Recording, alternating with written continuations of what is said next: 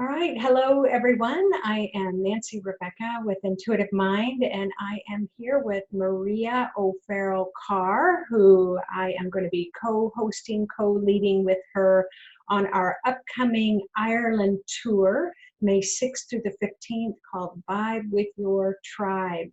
And I traveled with Maria back in 2015 with a group. There were 33 that had come with us, which of course, I know in Ireland is quite a magical number, anything to do with threes. So I thought it was quite incredible that we had 33 people on the trip. And then you invited me to come back again. And I was saying that this trip, the vibration of the trip is quite high. But just when you look on the itinerary of all the things that you selected just for me, the things that you know that I like, and our groups that like to travel with me and the things that that we're interested in, ancient mysticism and magic and energy and goddesses and angels and the earth grids. We're interested in all of those, in sacred sites. So I had a lot of questions, but I have to say, there was one point, I never got to ask you about this. We were on the bus traveling from one place to another. And I remember feeling this overwhelming feeling of giants. Like the energy was so strong that I actually thought that I could look around and look out the bus window and I would see a giant moving past. I mean, it was that intense of a feeling. And so I remember making my way up to the front of the bus and I said, Maria, I'm really feeling this. It's kind of freaking me out a little bit, this giant energy. And I remember you told me the Gaelic name, I think, for giants, or the Irish name, and then you kind of went off a little bit about the giants, as if it was the most normal thing in the world. So could you tell the people who are watching this a little bit more about that energy that they might experience coming on the tour with us, and that giants have history in Ireland? Yeah, well, for each person, I find that they can connect with different energies in Ireland, because there's so many different elementals and spirit guides. Our trees, the green man is very strong energy there, and our goddesses, our fairies, and we have the giants energy as well. And we have people that come over and I just go, oh, you're a stone people. And they go, what? And I said, you've got stone people energy. Because when it's like as if they are lit up when they go and they connect with the stones, whether it's stone circles or whether it's a Celtic high cross, but they seem to be able to, they can hear or feel whatever their clair senses are the strongest, and they're able just to tap into that energy. It's sort of like when somebody comes along, it's like, oh my goodness, you've got such fairy energy. And then there's elf as well energy. I see people all the time in Ireland, and it's just like, oh, they've got the elfin energy. And then some people are really connected to the giant energy, and a lot of them love to go to places like the Giant Causeway, where there's a whole long story which I won't go into today, but it is about the giants. Wow. So, and of course, when we go back, the layering, when we go back to Atlantis, they were a very tall race as well, very like the Lemurians in the land of Mu. So there's some people are coming back and they're connecting with the Atlantis as well. Wow. But the part that I found is that here you are, you're Irish. Even now, you're talking to me like that is the most normal thing in the world. But in our Western culture, many people don't believe in those sorts of things. So in Ireland, do a lot of people still believe in that folklore, the history, not just as stories around the fire, but that they were the real beings? Yes, well, in every culture you'll have some that do a lot and some that don't. Sorry, my cats are having a little chasing game here.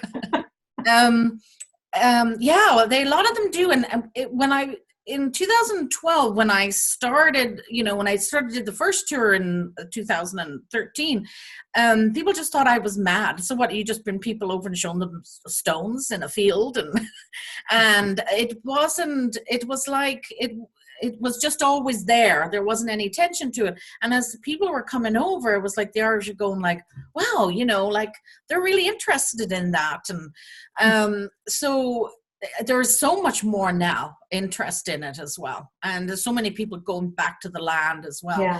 The Irish have always been great walkers. So on a Sunday, they're out walking in the fields, are out in beautiful trails. And they are very connected as well with our superstitions, which is a good thing in a way, because it's actually protected these sites like ring forts. A farmer would never take one down because it would be terrible bad luck. And the fairies might come and be really mad at you. But that culture is respect. A bit of fear, but it was respect for the fairies, that they are a part of the land as well as they're, we're honored to be on the land. But the fairies are just one part of it. There's all the different elementals. Each plant has got a little sprite fairy that just doesn't care about the humans, has no interest in us at all, but it's all about that one plant, and they would have their own team. And so when we go over there, we're connecting with what is our team that is calling us, whether it is you're a stone person, whether you're into the giants, the Lemurian, or the Atlanteans, fairies, or if you are just into the history. Yes. Or connecting with your ancestors. On every time on the bus, I'll have somebody saying, my ancestors came from Ireland. I feel like I'm coming home. And there is a time during the tour that they just come and well up, because there is such a feeling of coming home. And on the bus, we always leave empty seats, because we know that there's going to be lots of ancestors that are coming home. So we have to leave space for them on the bus for when it's their time. Because a lot of the times when you left Ireland, you knew on the ships, you knew you were not coming home. You knew probably your children weren't coming home. Maybe your grandchildren might be able to come back to Ireland. And a lot of the times it's now this generation that are coming back. And so when they come back, their ancestors who have been waiting are coming with them. And I'm just getting a little, because it's so beautiful for the people that have that, that's why they're coming. It's like the land hasn't forgotten you and hasn't forgotten where you come from. And even if they're not originally from way back in Ireland, there's it's going back to connecting with the land. And that's my sense. There's like an activation that seems to happen when your feet touch the earth there, even if you're, as you said, you may not have recorded history of being from Ireland, but there's that magic and that mysticism and the ancientness of the history there that does activate you in a different way. And so I want to talk a little bit about the ancestry, because when you invited me, and as I said, that had never really been on my bucket list, hadn't even been on my radar, but I knew that there's a divine purpose in everything. So I started doing some research, and I went to talk to my parents, and then finding out that, yes, on my mother's side was the O'Shaughnessy's. And so I mentioned this to you, and it was such a surprise for me, because I didn't know that I had an Irish lineage. But this is what you did is that you kind of detoured the bus a little bit. It's like you ended up kind of going a different route. You didn't tell anybody on the bus where you were going. And the bus pulls up into the parking lot, and we all get out, and we walk across the road, and there's this enormous megalithic stone structure. And you said, Nancy, this is your family's stone circle. Yeah. And I just lost it. I just could not. And you're right, that feeling that comes, that it's like I'm connecting with my ancient ancestors here. Yeah, it was very powerful. Do you remember that? I do, because I'd never been to this one in Limerick. I didn't even know it was there. And so when I had got talked to you and where your family was, I then was able to find out that this is a connection here. And I knew we were going through it, but we're just going through it. And I was like, there's got to be a reason why this is happening. And that's when I found this one. It's actually one of the largest ones in Ireland. Wow. It is quite a journey to get there, because the roads sort of go like this, bump, bump, bump. And it was interesting with that, because when we went, there was, for me and for a few of us, we felt there was a lot of grief in this circle Yes. connected with the famine. And it was like we did a lovely meditation. You guided a beautiful meditation, and we had everybody connect with the land in this circle. And there was a shift. It was like it lifted a bit. And I've actually been back a few, not every tour, because, you know, yeah, it's time to get there, and also it's a bumpy little road. But we've gone a few times, and it's interesting, when I've gone, the sense of that grief has gone. It has lifted. And we were there one time with a group from circle dancers from Brazil, and to see them dancing in the circle, where when we were there, it was so heavy and there was so much grief. And then as each time, as remember I was saying about the when people are coming, they're coming for the holiday, which of course they are, but it's more than that. The land is calling, and the work that's done with permission from the land, from the guides of the land, of course, first. It's just having to see these places change and lift, and the vibration being lifted.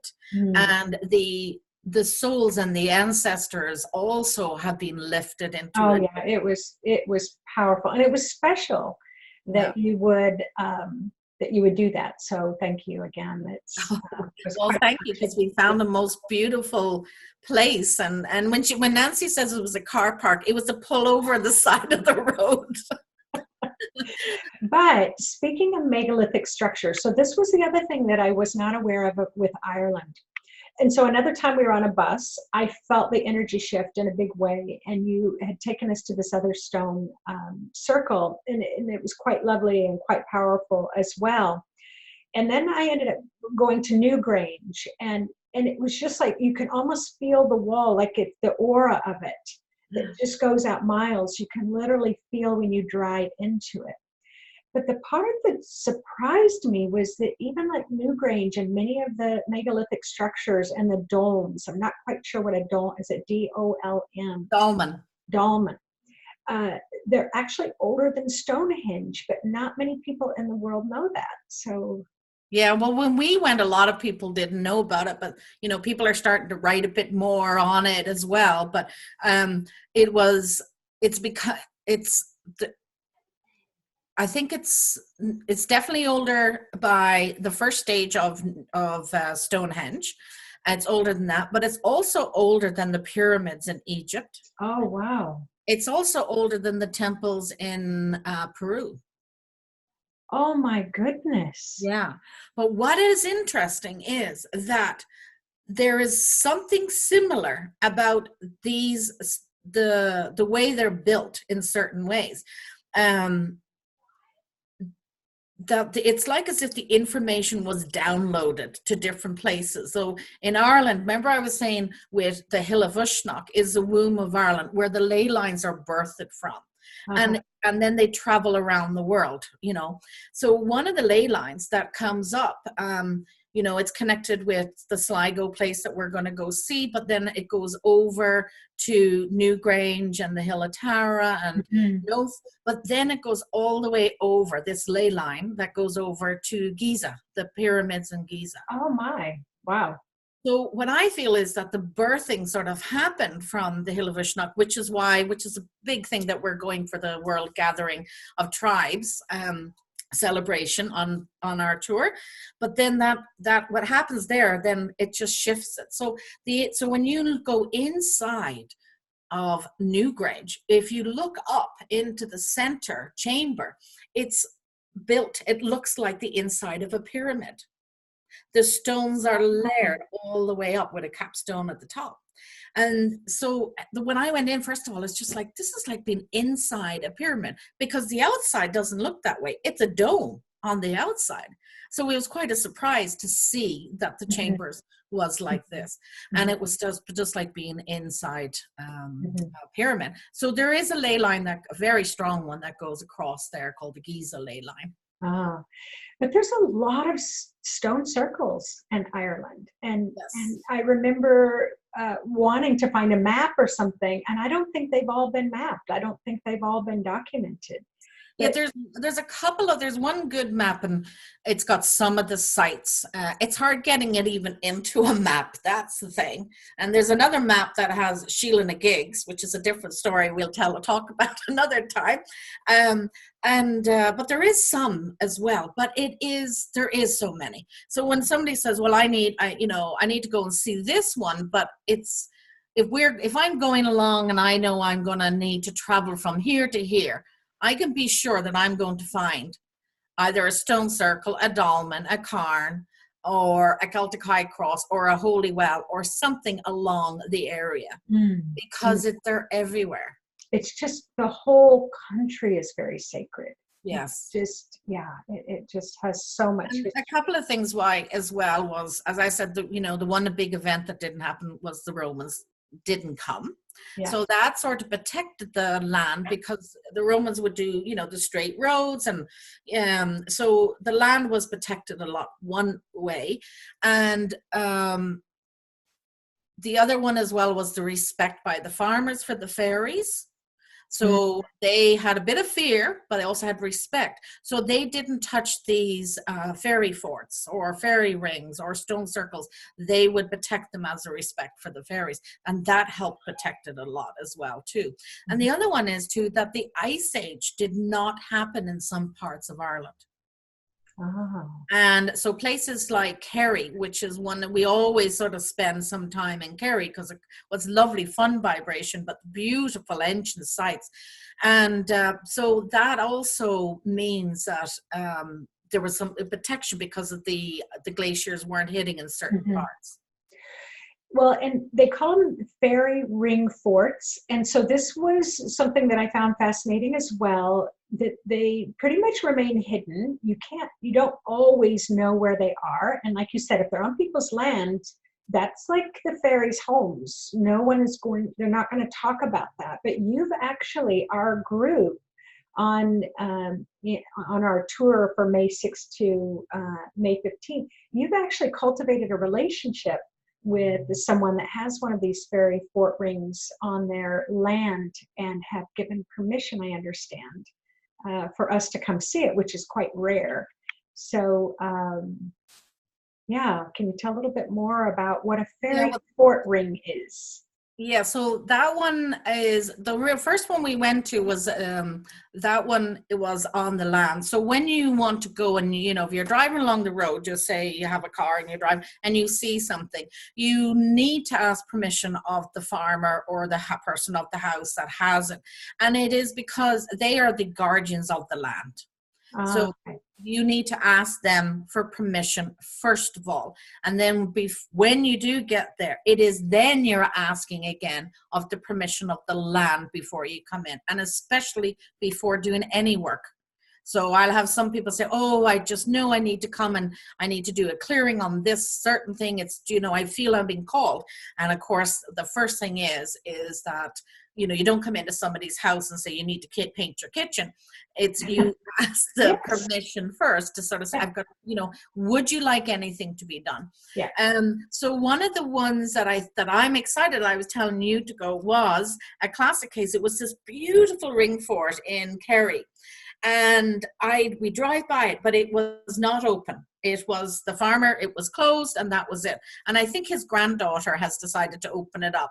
And you go in and they have these baby goats running around, and some rescue ponies and horses that live now on the land. And so we come in, and then you get some food, and they're all running around wild, jumping around the place, and we get to go in. So it is, with this lady, she has been drawn to open it up to the people, but it's because the fairy fort is ready for the people. So even though I'm driving by every year and I'm seeing this, it'll happen when it's going to happen. The land will be ready for us. And until then, it won't be opened up. But I would never get up and just go into it, because it's someone's home. It's the fairy's home. Yes, and it's until the guardian of the land is okay to do that. But now it is open, and so exciting. Yeah, and you teach workshops about this, don't you? I mean, and even on the trip, you and I are both very sensitive to land and asking permission, and that the land is living and the forest is living, and that the elementals and the deities, that they exist just on another dimension. So for people coming on the tour, they get to learn those little extra ways of being in relationship with the earth and with the land there. Yeah, being a sort of connecting and working together as one. Yeah. So I love just bringing the people there, and I think that's just why I do what I do.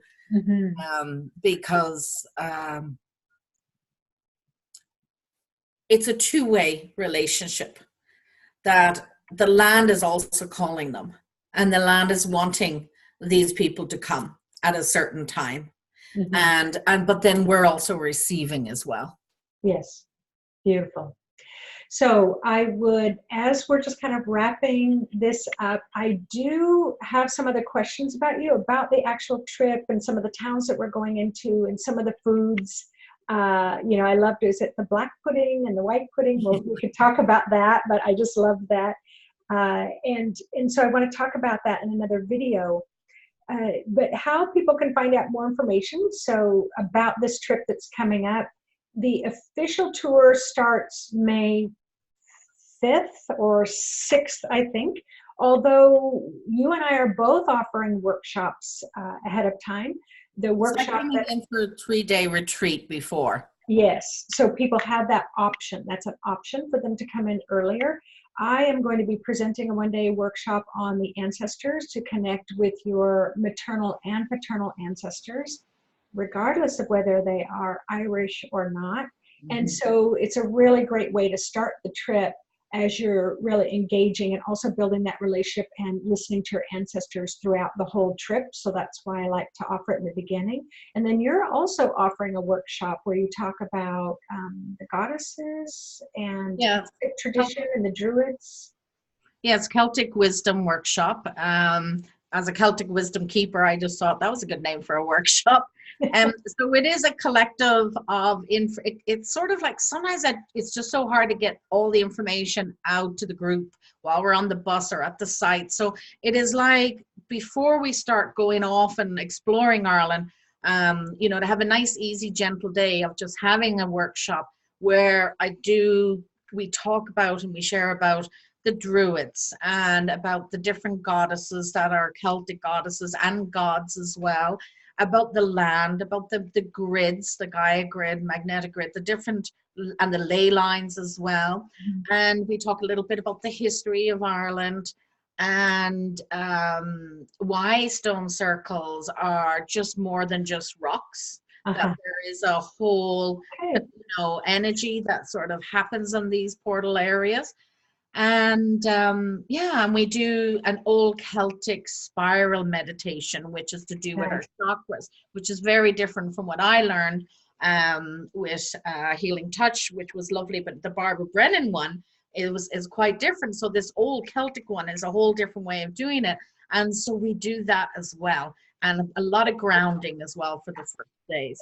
So the 3 days they arrive, if they want to come early for the retreat, they arrived, and the next day it is good after, for people coming for a long way, to get out and move the body. Yeah. So we have our lovely Irish guide, Rosie, comes and picks them all up and at our hotel, brings them into Dublin and shows them the most amazing archaeology museum, I think, in the world, but it is beautiful.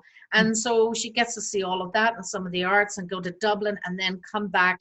And then we go into Nancy's workshop one day, and then we're into our one, and then after that we're off exploring as a group. And it just gives us a couple of days just to get our feet grounded. And also I find that when they're, you know, when we do a workshop before we go, we are able then to understand a little bit more what we're seeing on the road. Yes. And it's layering. So in the workshop, I talk a little bit about, say, Queen Maeve. And then we're going to go to one place. We'll learn a bit more about Queen Maeve. And then we'll go further up to Sligo. And we learn a bit more about stone circles in Queen Maeve. Or it could be the goddess Anya. But it is like the layering. So, and it just then at the end, it seems to all come together. Beautiful. All right, so if you all want some more information about this trip that's coming up, you can go to my website at www.intuitivemind.org and then just click on the Sacred Ireland trip, Bide with Your Tribe, that's coming up, and that will take you right to getting more information. You can also mariaofarrellcarr.com or mariasirishtours.com. But the easiest way is to go to intuitivemind.org, and that will get you linked up with Maria as well. So if you want some more information, just go to the site, and we would love to travel with any of you who are called to join us. So Maria, do you have any more energy to just let me ask you a couple more questions? I want to keep these videos short, but I want to ask you about some of the towns that we're visiting and some of the music, Irish music, and the Irish foods. And things like emeralds, like, is it called emeralds? The green emeralds, the stones, and things like that are part of the jewelry and the outfits. So, all right. So if you will be available to meet me again, I will be back. Love that. And thank you so much, Nancy, for setting this video up. I've had a great time. I have to. You in May. I know. All right. I'm going to end the recording here, and we'll get together in a few moments.